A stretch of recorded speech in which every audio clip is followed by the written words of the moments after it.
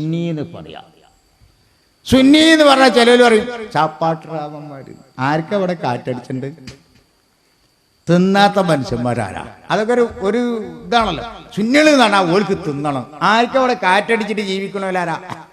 എല്ലാവർക്കും തിന്നണം. അപ്പൊ സുന്നി എന്ന് പറഞ്ഞാൽ എന്ത് എന്ന് ചോദിച്ചാൽ പരിശുദ്ധ ഖുർആനിന്റെ വ്യാഖ്യാനമാകുന്ന അള്ളാഹുവിന്റെ റസൂലിന്റെ വാക്ക്, പ്രവൃത്തി, അനുവാദം, സൂചന ഒൽ ജമാഅത്താകുന്ന സഹാബത്ത്, താബിഈ, തബഉ താബിഈങ്ങളിലൂടെ പരമ്പരാഗതമായി അംഗീകരിച്ച് വിശ്വസിക്കുന്ന പാർട്ടിയുടെ പേരാണ് സുന്നി. അഹ്ലു സുന്ന വൽ ജമാഅ.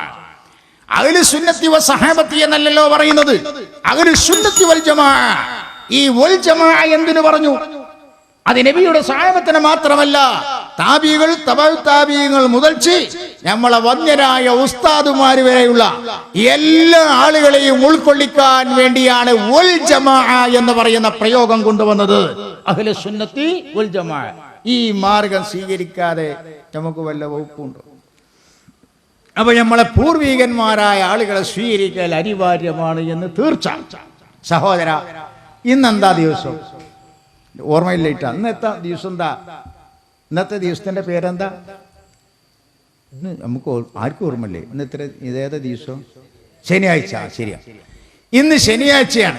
നിങ്ങൾ ആരടിക്കല അന്ന് ശനിയാഴ്ച എന്നുള്ളേക്ക് എന്താ തെളിവ്? ബുഖാരിയോ മുസ്ലിമിലോ ഖുർആനിലോ നോക്കി അന്ന് ശനിയാഴ്ച എന്ന് കിട്ടുമോ? ഇല്ല.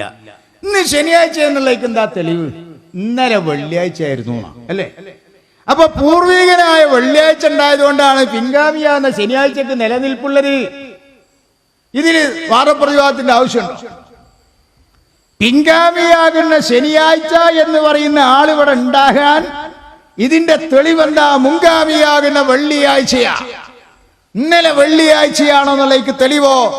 അതിന്റെ തലേനാള് വ്യാഴാഴ്ചയായിരുന്നു. മുൻഗാമിയാകുന്ന വ്യാഴാഴ്ചനെ അംഗീകരിക്കാറ് പിൻഗാമിയാകുന്ന വെള്ളിയാഴ്ചക്ക് നിലനിൽപ്പില്ല.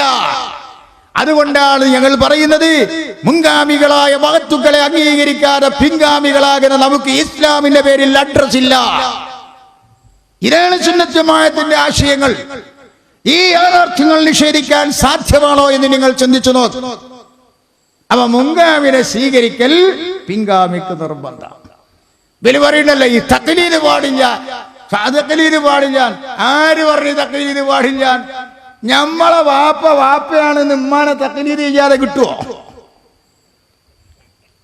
ഉമ്മാനെ തഖ്ലീദ് ചെയ്യാതെ കണ്ട് നമ്മളെ വാപ്പയാണെന്ന് മനസ്സിലാക്കാൻ കഴിയോ? നിങ്ങൾ ആലോചിച്ച് നോക്ക്, ബുദ്ധി കൊണ്ട് ആലോചിച്ച് നോക്ക്. ഖുർആനിൽ പലയിടത്തും പറഞ്ഞില്ലേ, അഫലാ തഖിലൂൻ, ആലോചിച്ചൂടെ, ചിന്തിച്ചുകൂടെ? അഫലാ തതദബ്ബറൂൻ, ചിന്താശക്തി ഇല്ലേ? നിങ്ങൾ ആലോചിച്ച് നോക്ക്. അത് ചിന്തിക്കാ, അത് ഒരാൾ പറഞ്ഞ് സ്വീകരിക്കാൻ പറ്റില്ല. നമ്മളമ്മ ചെറുപ്പത്തിൽ നമ്മളൊക്കെ തെറ്റിട്ട് ഇപ്പതാ നമ്മളും അങ്ങനെ കേട്ടു പഠിച്ചു അല്ലേ? അതിന്റെ അപ്പുറം ഖുർആൻ വരി ചോദിക്കാൻ കഴിയുമോ നമുക്കതിന്? അപ്പൊ തഖ്ലീദ് പാടില്ല എന്ന് പറയുന്നത് പരമാബദ്ധമാണ്. കാരണം നമ്മളെ ഒരു കുട്ടി 5 വയസ്സ് പൂർത്തിയായി, നമ്മളോനെ മദ്രസയെ കൊണ്ടുപോയി ചേർക്കണ്.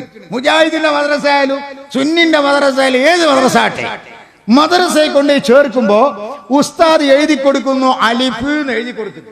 പഴയ കാലത്ത് ഇപ്പൊ എന്താ അങ്ങനെ തന്നെയല്ലേ? ആയിക്കോട്ടെ, ഏതായാലും ആ അക്ഷരം തൽക്കലുണ്ടാവും, അലിഫ്. ഈ അലിഫ് എഴുതി കൊടുത്തിട്ട് ഉസ്താദ് പറഞ്ഞു, മോനെ വായിക്ക്, ബിസ്മില്ലാഹിർ റഹ്മാനിർ റഹീം, അലിഫ്. ആ വായിക്കൂല. എന്തേ? എന്താ അലിഫ? നിങ്ങളോട് ആരെയും പറഞ്ഞു? ഷാഫി ഇമാമിനെ സ്വീകരിക്കാൻ വയ്യ. ഇത് അലിഫാ നിങ്ങളോട് ആര് പറഞ്ഞു? അല്ല പറഞ്ഞോ അലിഫാന്ന്? റസൂല് പറഞ്ഞോ? ആര് പറഞ്ഞു? കുട്ടി ബാസ് പിടിച്ച്. അപ്പൊ ഉസ്താദി വല്ല ശൈത്താനാ പറയാൻ പറ്റുമോ? ശൈത്താനാന്ന് പറഞ്ഞിട്ട് കാര്യമില്ല, ഇതിന് ശരിക്കും മറുപടി ഇടണം. ഇത് അലിഫാന്ന് ആരെ പറഞ്ഞു? ഉസ്താദെ, എടാ കുട്ടി വല്ലാതെ ഇടങ്ങാറായ പോലെ തഖ്ലീദ് ചെയ്യാൻ പാടില്ല.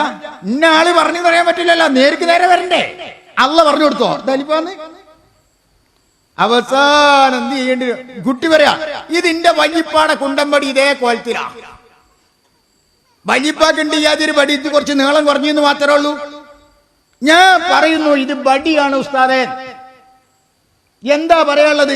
ഇത് എന്റെ വാപ്പാടെ അല്ലെ വല്യപ്പാന്റെ ബടിന്റെ ഒരു കോലാണ് ഇപ്പൊ നിങ്ങൾ ഈ വരച്ചത്. അല്ലാതെ എനിക്ക് പറയാൻ കഴിയില്ല.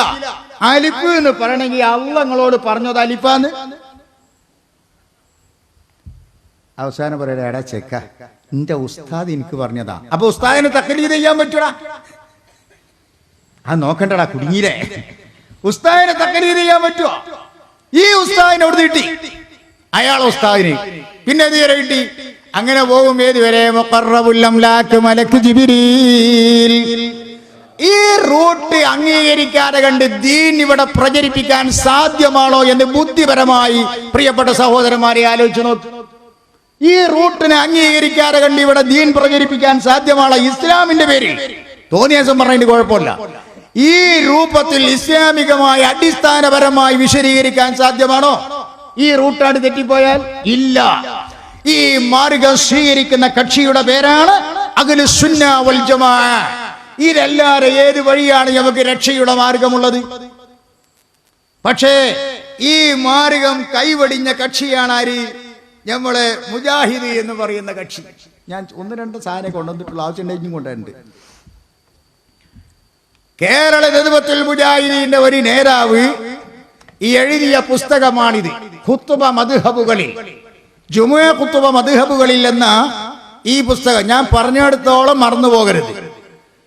പരിശുദ്ധ ഖുർആനിന്റെ വ്യാഖ്യാനം, അതിന്റെ വിഷയങ്ങളൊക്കെ നബിയുടെ വാക്ക് പ്രവൃത്തി അനുവാദത്തിലൂടെ വൽ ജമാഅയാകുന്ന സഹാബത്ത്, താബികൾ, തബഅ താബികൾ വഴി നമ്മളെ ഉസ്താദുമാര് വരെ മുട്ടി നിൽക്കുന്നു. അതിന്റെ പേരാണ് സുന്നി ആദർശം എന്ന് പറയും.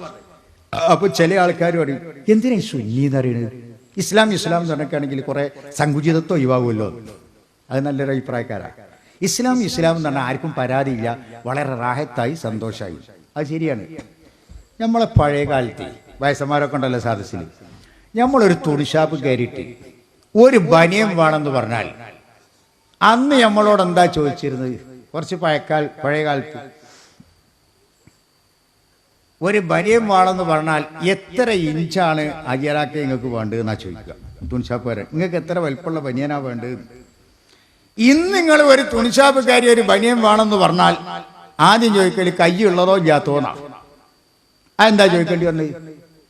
നമ്മൾ പഴയ കാലത്ത് ആ ചോദിച്ച കാലത്ത് കയ്യുള്ള ബനിയനേ ഉള്ളൂ, പിന്നെ അവിടെ വലിപ്പം കണക്കാക്കിയാൽ മതി. ഇന്ന് കയ്യില്ലാത്ത ബനിയൻ വന്ന്, അപ്പൊ പിന്നെ കയ്യുള്ളത് എന്ന് പ്രത്യേകം പറയേണ്ടി വന്നു. എന്ന പോലെ ഒരു കാലത്ത് ഇവിടെ അങ്ങനെ തന്നെ ഇസ്ലാം എന്ന് പറഞ്ഞാൽ മതി, വേറെ അവാന്തരമില്ല. പിന്നെ ഈ കയ്യില്ലാത്ത ബനിയൻ വന്നപ്പോഴാണ് പിന്നെ സുന്നീന്ന് പറയേണ്ടി വന്നത്. ശ്രദ്ധിച്ചു നോക്ക്. അപ്പൊ ഇവരുടെ വാദങ്ങള്, ഇവര് സഹാബത്തിനെ അംഗീകരിക്കുന്നുണ്ടോ നിങ്ങൾ ചിന്തിച്ചു നോക്ക്. ഇത് 1976 അടിച്ച പുസ്തകമാണ്. MT അബ്ദുറഹ്മാൻ മൗലവിയാണ് ഇതിന്റെ ഗ്രന്ഥകർത്താവ്. വായക്കാട്ടുകാരനാണ്. ഞങ്ങൾ 3 കിലോമീറ്ററിന്റെ വ്യത്യാസമുള്ളൂ, അല്ലെങ്കിൽ 4 കിലോമീറ്ററിന്റെ അടുത്ത തട്ടേരാണ്. ഇയാൾ എഴുതുന്നത് നോക്കി, ജുമുഅ ഖുത്ബ മദ്ഹബുകളിൽ എന്നാണ് ഈ പുസ്തകത്തിന്റെ പേര്. ഇതിൽ എഴുതുന്നത്, സ്വഹാബികൾ അറബി അറിയാത്തവരോട് അറബിയിൽ ഒരു ഖുത്ബ ഉപദേശം ചെയ്തിരുന്നു എന്ന് സമ്മതിക്കാൻ നിർവാഹമില്ല. അറബി അറിയാത്ത ആൾക്കാരോട് സഹാബികൾ അറബിയിൽ ഖുത്ബ ഓതിയെന്ന് സമ്മതിച്ചുകൂടാ. ഇനി അങ്ങനെ ചെയ്തിരുന്നു എന്ന് പറയുന്ന പക്ഷം വസ്തുനിഷ്ഠമായൊരു റിപ്പോർട്ട് തെളിയിക്കേണ്ടതാണ്. ഏതെങ്കിലും ഒരു സഹാബി അറബി അറിയാത്ത സഹാബികളോട് അറബിയിൽ ജുമുഅ ഖുത്ബ ഓതിയിട്ടുണ്ടെങ്കിൽ ഇന്നടുത്തുനിന്ന് ഓതി, ഇന്ന ആൾ ഓതിയെന്ന് വസ്തുനിഷ്ഠമായ റിപ്പോർട്ട് തെളിയിക്കണം. ന്യായമാണ്. ഇനി തെളിഞ്ഞാൽ തന്നെ, തെളിയിക്കണം എന്നാണ് ഇയാളെ പറയുന്നത്. ഇനി തെളിഞ്ഞാൽ തന്നെ കേരളത്തിലെ മുസ്ലിയാക്കൾ ചെയ്യുന്നത് ദീനിൽ തെളിവല്ലാത്ത പോലെ അതും തെളിവാകയില്ല. വളരെ വ്യക്തമായി മലയാള ഭാഷയിലായി സഹാബികൾ അങ്ങനെ ചെയ്തു എന്ന് തെളിഞ്ഞാൽ തന്നെ കേരള മുസ്ലിയാക്കൾ ചെയ്യുന്നത് ഇസ്ലാമിൽ തെളിവാകാത്തതുപോലെ അതും തെളിവല്ല. ഇനി പിന്നെ എന്തിനാ ഈ മുജാഹിദ് എന്താന്ന് ചോദിച്ചു നടക്കേണ്ട ആവശ്യമുണ്ടോ? ഇതന്നെ. എന്നാൽ നബിയുടെ വഫാത്ത് വരെ ഇവിടെ ഖുർആൻ ഉണ്ടാക്കിയിട്ടില്ല. ഞാൻ നേരത്തെ സൂചിപ്പിച്ചല്ലോ, ഇന്ന് നമ്മൾ ഓതുന്ന അതേ ക്രമത്തിൽ ഒരു ചട്ടന്റെ ഉള്ളിലായിട്ട് ക്രോഡീകരിച്ചിട്ടില്ല. നബിന്റെ വഫാത്തിന്റെ ശേഷം സിദ്ദീഖ് റളിയല്ലാഹു